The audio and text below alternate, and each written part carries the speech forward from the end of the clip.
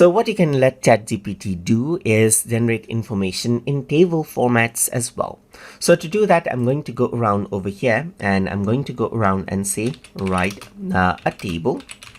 So I'm going to simply go around and do that and say write a table or make a table of 10 different types of fruits and with description right here. I can make it more specific. So let's say, for example, the first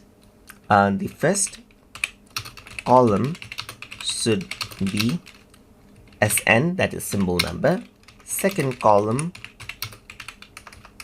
should be name of fruit, and third column should be description, just like this. So once I do that, I defined that I need 10 different types of fruits with description, first column, second column, and third column. Press enter, and what happens is that this is what you have. You can see that the first column is SN, and it generated out a table, as you can see, just like this, where you got the name of the fruit and you got the description right here, just like this. And this is how you can generate out table data as well. So now let's say what I want is I want it flipped out. So let's say, for example, I want the rows to be column and vice versa for the table provided. So if I were to go around and do that, then what happens is that now it simply flips out the table, as you can see right here, just like this. And that is what you have. And so you simply get table data in an organized way, just like this, as you can see right here.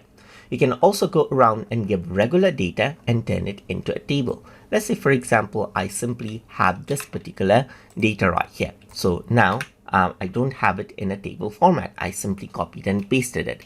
So I can simply go around and press space bar and say, turn this data into a table format, just like this. Press enter, and it'll analyze out the data right here, just like this. And what happens is that it simply turns it into a table. It extracted some information, and you can see that it made third column out of this right here. So it says each row represents a fruit with description and nutrition benefits. And that is how you can generate table data inside of ChatGPT. So I hope you guys learned something as always. And as always, please like, comment, share, and subscribe.